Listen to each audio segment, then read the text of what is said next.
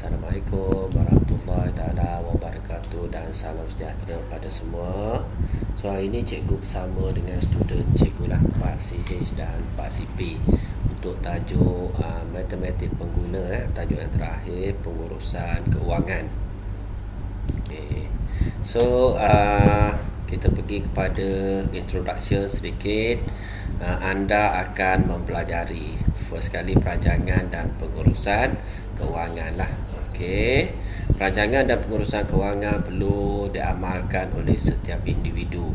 Okey, keputusan keuangan perlu dirancang seperti permainan catur. Okey, setiap keputusan keuangan yang dibuat haruslah dipertimbangkan sebelum mengambil langkah seterusnya. Pengurusan keuangan secara berhemah akan membantu seorang individu bebas daripada bebanan hutang. Okey, sejauh manakah bajet bulanan membantu seorang mencapai matlamat keuangan? So, maslahat bab pengurusan keuangan yang efisien diperlukan dalam kehidupan seharian. Okey, pengetahuan tentang pengurusan keuangan boleh diaplikasikan dalam bidang perakaunan, bursa saham, perniagaan dan sebagainya. Okey. Ni kenal ni gambar ni Tan Sri Dr. Zeti Akhtar Aziz ni, kenal? Gubernur Bank Negara Malaysia Okey, Tan Sri Dr. Zeti. Okey. Okey, ni yang Gubernur Bank Negara yang dulu bukan yang sekarang. Okey. So, introduction perancangan dan pengurusan keuangan. Okey, apakah yang dimaksudkan dengan pengurusan keuangan? Pengurusan keuangan ni merupakan suatu proses yang melibatkan pengurusan wang daripada sumber pendapatan terhadap simpanan, perbelanjaan, pelindungan dan pelaburan. Okey, terdapat 5 langkah dalam proses pengurusan keuangan. Okey, so dekat sini dia dah list dah. Dia sebenarnya banyak proses, so dia listkan 5 Okey, yang pertama sekali menetapkan matlamat keuangan kita lah. Okey, menilai kedudukan keuangan, mewujudkan pelan keuangan, melaksanakan pelan keuangan, mengkaji semula dan menyemak kemajuan. Okey, so kita pergi yang pertama sekali menetapkan matlamat keuangan. Okey, so menetapkan matlamat keuangan. Okey, menetapkan matlamat keuangan merupakan langkah pertama dalam proses pengurusan keuangan. Okey, matlamat keuangan yang ditentukan mestilah mengikut keutamaan dan spesifik. Okey, contohnya seorang individu yang hendak menyimpan 15,000 dalam bank dalam tempoh masa 3 tahun sebelum berkahwin. Okey, so sekarang ni dia nak simpan 15,000 dalam tempoh masa 3 tahun sebelum dia kahwin lah, nak simpan duit. Okey, first kali matlamat keuangan jangka pendek. So dia ada jangka pendek dan dia ada jangka panjang. So jangka pendek ni merupakan suatu matlamat keuangan yang hendak dicapai kurang daripada setahun. Okey, ni kita panggil dia jangka pendek.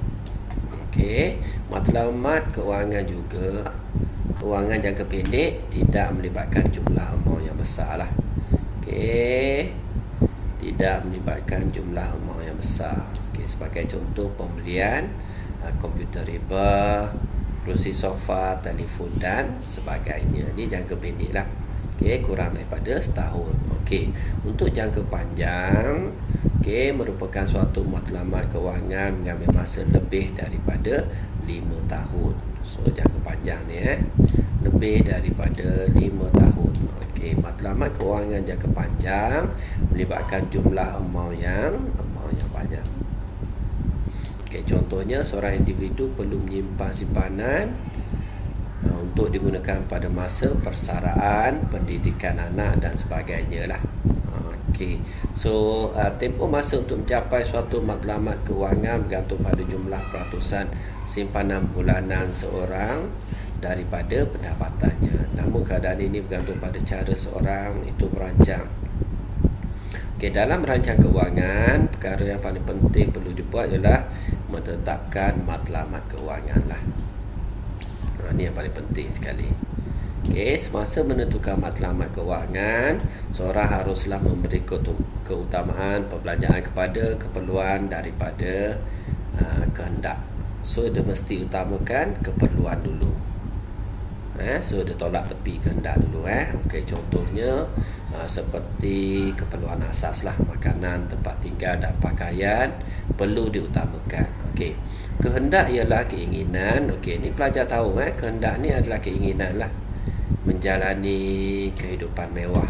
Okey, perbelanjaan mengikut kehendak menyebabkan seorang berbelanja lebih daripada pendapatan yang dia perolehi. Ini biasa berlaku lah kepada kita. Okey, perbelanjaan yang mengikut kehendak ni menyebabkan seorang ni belanja lebih daripada pendapatan. Okey, perancangan keuangan yang cekap membantu seorang individu bebas daripada masalah keuangan. Okey, serta mewujudkan simpanan yang mencukupi bagi menghadapi waktu kecemasan. Okey, so kita tengok kat sini matlamat keuangan ataupun SMART lah, SMART. Okey, matlamat keuangan ataupun financial goal yang jelas ialah satu aspek penting dalam perancangan keuangan. Selain itu, matlamat keuangan yang berkonsepkan SMART akan membantu seorang individu mengawal perbelanjaan supaya dapat mencapai matlamat keuangan yang dikehendaki. So, kita ada kata kunci ni lah. Kata kunci, 5 kata kunci. Dalam strategi tu kita ada SMART lah. Specific, measurable, attainable, realistic dan time bounds. Khusus, spesifik ni khusus, measurable boleh diukur, attainable boleh dicapai lah. Dan realistic lah, realistic bersifat realistik, time bounds, tempoh masa.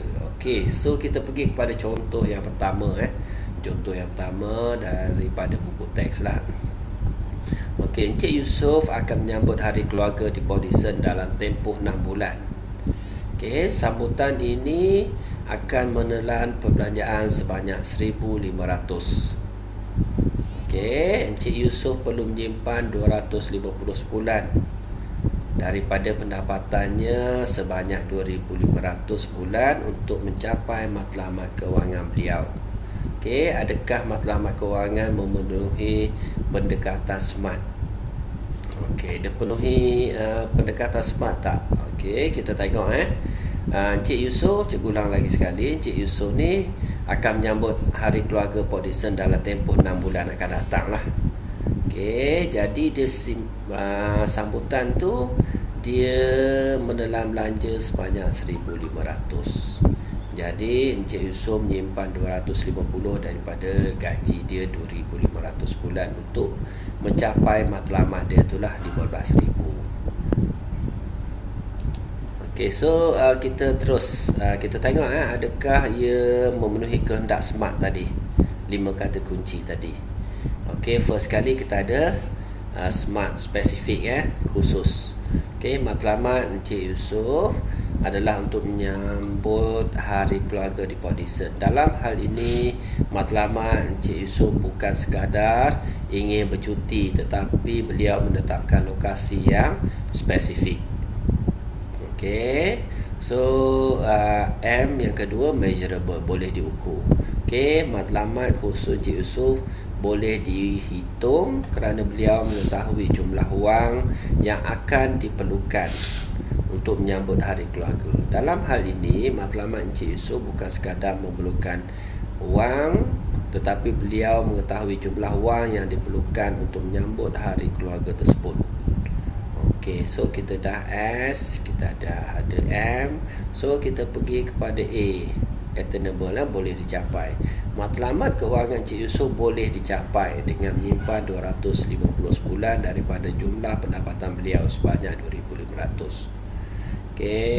So sambung seterusnya, realistik tak? Matlamat keuangan Encik Yusof hendak menyambut hari keluarga Port Dickson dalam masa 6 bulan adalah bersifat realistik. Okey, realistik. Beliau akan menyimpan 250 sebulan untuk mencapai tujuan tersebut. Dan last sekali kita ada time bounds, tempoh masa. Matlamat kewangan Encik Yusuf mempunyai tempoh masa iaitu 6 bulan. Oleh itu Encik Yusuf mengamalkan matlamat kewangan berpadukan konsep SMART. Okey, so dia memenuhi lah. Okey, itu yang pertama. Yang kedua, menilai kedudukan keuangan. So dalam kita menilai kedudukan keuangan, kita ada dua benda dekat sini kita kena tahulah. Asset dan liability. Okey, menjadi kayu pengukur bagi menilai kedudukan keuangan. Contohnya aset yang boleh dimiliki oleh seorang individu. Okey, ialah wang tunai, simpanan dia, pelaburan hartanah dia ada simpanan tetap dia ada amanah saham, okey, atau saham syarikat. Ni kita panggil dia aset lah, aset. Apa yang kita ada lah. Liability ni merupakan pinjaman bank. Okey, liability ni hutang. Liability merupakan pinjaman bank. Okey, hutang kad kredit, okey, dan sebagainya. Liability ni tanggungan sebenarnya ni. Okey, selain itu, anda juga patut mengetahui bayaran yang perlu dibuat seperti sewa rumah, bil utility yang belum dijelaskan. Okey, menilai kedudukan keuangan membantu anda mengukur prestasi dalam usaha, matlamat keuangan jangka pendek dan jangka panjang. Okey, untuk kita capai matlamat lah, jangka pendek dan jangka panjang. Okey, selepas kita menilai kedudukan keuangan kita mewujudkan pelan keuangan. Okey, pengurusan kehidupan berdasarkan pelan keuangan membantu seorang memantau aliran tunai. Okey, terdapat dua komponen penting dalam pelan keuangan yang dibina, iaitu sumber pendapatan. Okey, dalam pelan keuangan ni kita ada dua. Kita ada sumber pendapatan dan kita ada perbelanjaan kita lah. Okey, pendapatan terdiri daripada, kita ada dua, pendapatan aktif, kita ada pendapatan pasif. Aktif ni merupakan pendapatan utama kita lah, aktif. Okey, iaitu gaji, allowance, commission. Okey, dan sumber keuangan lain ni aktif. Okey, pasif ni terdiri daripada sewa yang diterima, faedah yang diterima, dividen dan lain-lain. Kedua-dua merupakan aliran tunai masuk. Maksudnya dua-dua ni adalah pendapatan kita lah. Kita ada aktif, kita ada pasif. So aktif ni yang setiap bulan kita dapat. Okey, pasif ni yang lama lah. Pasif ni lebih kepada faedah yang diterima, dividen dan sebagainya lah. Okey. Perbelanjaan terdiri daripada perbelanjaan tetap dan perbelanjaan tidak tetap. Okey, perbelanjaan tetap ni perbelanjaan yang mesti dibayar lah. Okey, seperti sewa rumah, bayaran insuran, ansuran rumah, ansuran kereta, bayaran kad kredit. Ni kita panggil dia perbelanjaan tetap lah. Okey, yang tidak tetap ni mengikut yang tidak tetap ni berubah. Okey, berubah setiap bulan mengikut corak perbelanjaan seseorang individu lah. Okey, contoh dia perbelanjaan petrol, barangan dapur, pembayaran utility, okey, elektrik dan air. Okey, kedua-dua perbelanjaan ini merupakan aliran tunai keluar. Okey, ni perbelanjaan ni aliran tunai keluar. Pendapatan ni aliran tunai masuk. Tu beza dia. Okey, aliran tunai positif wujud jika pendapatan melebihi jumlah perbelanjaan. Okey, ni aliran tunai positif. So aliran tunai negatif ni dia wujud apabila pendapatan kurang daripada perbelanjaan. Okey, maksudnya kita belanja lebih daripada pendapatan kita lah. Okey, so langkah-langkah yang perlu diambil kira sebelum mewujudkan pelan keuangan. So dekat sini kita ada 6 langkah. Okey, menentukan tujuan yang hendak dicapai, matlamat jangka pendek dan jangka panjang. Lepas tu membuat anggaran awal untuk mencapai matlamat, mengira simpanan bulanan yang diperlukan. Okey, untuk mencapai matlamat jangka pendek dan jangka panjang, menganalisis tabiat perbelanjaan, menetapkan tempoh masa untuk mencapai setiap matlamat tersebut, dan last sekali strategi pendapatan yang akan membantu mencapai matlamat keuangan. Okey, contoh matlamat keuangan seorang individu. Okey, umur ni berdasarkan umur lah. Okey, ni contoh, salah satu contoh lah. Umur 25 dia kahwin. Okey, dia perlukan 15,000. Umur 30 memiliki kereta sendiri 80,000. Umur 35 mempunyai rumah sendiri lah. Okey, rumah sendiri 150,000. Okey, seterusnya melancong. Umur 55 ni dia melancong lah. Okey, dan last sekali umur 60 persaraan 1 juta. Okey, so pengurusan keuangan yang cekap membantu seorang menyusun strategi yang perlu diambil terhadap corak perbelanjaan supaya dapat mengumpul simpanan bulanan. So dekat sini kita tengok Okey, ni contoh dah jadual berkahwin, tarikh mula. Okey, dia simpan, sasaran dia 2022. So dalam tempoh 3 tahun dia nak simpan 15,000. Okey, memiliki kereta, pada tahun 2023 hingga 2027, tempoh 4 tahun. So 4 tahun dia simpan duit wang pendahuluan lah untuk beli kereta. So 20,000. So dia dah ada detail kat sini Okey, so seterusnya kita pergi kepada contoh 2. Okey, so kita pergi kepada contoh yang kedua. Okey, Encik Derek menerima pendapatan aktif. Okey, pendapatan aktif dia sebanyak 3,000. Pendapatan aktif ni pendapatan setiap bulan lah. Okey, 3,000, dan pendapatan pasif. So pasif sebanyak 1,000 dalam masa sebulan. Okey, Encik Derek juga mempunyai perbelanjaan tetap. Okey, cikgu ulang balik. Encik Derek juga mempunyai perbelanjaan tetap. Okey, sebanyak 1,350, dan perbelanjaan tidak tetap 650 sebulan. Okey, A tu.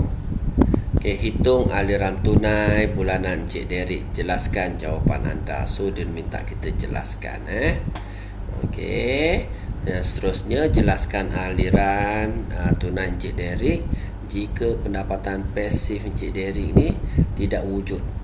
Okey, dan juga perbelanjaan dan jumlah perbelanjaan juga meningkat sebanyak 60%. Okey, so kita pergi kepada yang pertama lah, iaitu hitung aliran tunai bulanan Encik Derek. Jelaskan jawapan anda. So jumlah pendapatan tolak dengan jumlah perbelanjaan. So pendapatan dia 3,000 tambah dengan pendapatan pasif dia 1,000, so 4,000 lah. Okey, tolak dengan jumlah perbelanjaan dia lah. So perbelanjaan tetap dia 1,350 dengan perbelanjaan tak tetap 650. So balance dia 2,000. So bila balance 2,000 ni kita panggil dia aliran tunai positif apabila perbelanjaan kurang daripada pendapatan. Okey, so aliran tunai positif sebanyak 2,000 adalah baik.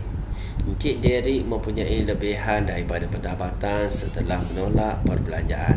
Hal ini membolehkan beliau melabur. Okey, ataupun menghadapi situasi kecemasan jika berlaku lah. Okey, yang kedua, jelaskan aliran tunai jika pendapatan pasif Encik Derek tidak wujud So 3,000 pendapatan dia. So yang pasif ni kita buang 1,000 tu, kita tolak dengan 3,200 yang dia belanja tu lah. Okey, jumlah perbelanjaan dia 3,200. So balance dia 200. Okey, so balance 200 ni aliran tunai dia negatif lah. Kenapa negatif? Sebab perbelanjaan dia melebihi pendapatan dia. Aliran tunai negatif akan membebankan Encik Derek jika dan mungkin menyebabkan beliau menggunakan kemudahan kad kredit bagi mengatasi masalah keuangan dia lah. Okey, so 3,200 ni datang daripada mana pelajar? Okey, so settle contoh yang kedua. Kita pergi pada contoh yang terakhir lah untuk hari ni. Okey, contoh 3. Cik Janani bekerja sebagai seorang guru swasta. Beliau menerima pendapatan 3,500. Okey, beliau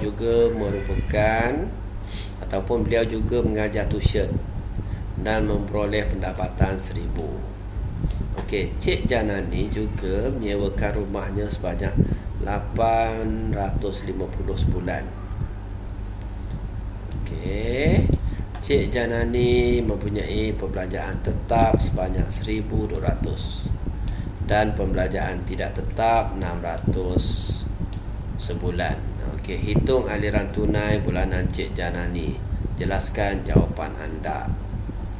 So sekarang ni kita nak tengok aliran tunai. Lepas tu kita jelaskan dia. Okey, aliran tunai 3,500 pendapatan dia sebagai cikgu sekolah swasta, tambah dengan tuition dia 1,000, tambah dengan rumah sewa yang dia ada 850. Okey, tolak dengan perbelanjaan tetap dia 1,200, tolak dengan 600. So balance yang dia ada 3,550. So aliran ni kita panggil dia aliran tunai lah. Okey, aliran tunai. Sebab apa aliran tunai? Sebab pendapatan melebihi daripada perbelanjaan dia lah. Okey, menyimpan wang tersebut di bank. Jadi dia ada lebihan duit dia 3,550. So dia boleh simpan duit dekat bank dan menikmati faedah. Okey, faedah ni merupakan pendapatan pasif bagi Cik Janani. Okey, yang terakhir untuk hari ni terakhir sikit lagi, melaksanakan pelan kewangan lah. Pelan kewangan. Okey, pelaksanaan pelan kewangan menukarkan perancangan kewangan kepada tindakan yang boleh dilaksanakan. Okey, semasa melaksanakan pelan kewangan, seorang individu harus mengikuti perancangan pada peringkat awal. Okey, seorang individu haruslah sedia mengubah dan membuat perbandingan antara perbelanjaan bulanan yang dirancang dengan perbelanjaan yang sebenar. Okey, so dia kena buat perbandingan lah. Hal ini memberikan peluang untuk mengenal pasti sebarang pembaziran. Okey, dan seterusnya mengurangkan perbelanjaan sebenar agar dapat mencapai perbelanjaan bulanan yang dirancang. Okey, sebagai contoh dekat sini perbelanjaan Cik Yasir yang dirancang dan perbelanjaan sebenar dia dalam bulan tu lah. So perbelanjaan bulanan yang dirancang untuk bil elektrik 150. So perbelanjaan sebenar 200. Okey, makanan dia target 600. So dia belanja 850. Adakah perbelanjaan Encik Yasir menunjukkan seperti yang dirancang? So tidaklah. Tidak. Perbelanjaan Encik Yasir menunjukkan pertambahan ke atas bil elektrik dan makanan daripada yang dirancang. Okey, bagi mencapai matlamat keuangan, Encik Yasir perlu mengurangkan penggunaan tenaga elektrik dia lah sebanyak RM50. Encik Yasir juga perlu mengurangkan jumlah perbelanjaan untuk makanan sebanyak 250.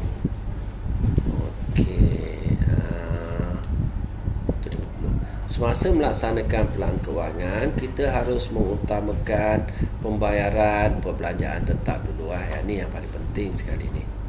Okey, contoh dia ansuran rumah kena bayar dulu, pembayaran kad kredit kena bayar dulu, ansuran kereta dan sebagainya lah. Okey, pembayaran lewat ansuran tersebut akan menyebabkan kadar faedah tambahan. Okey, contohnya cas lewat bayar akan dikenakan.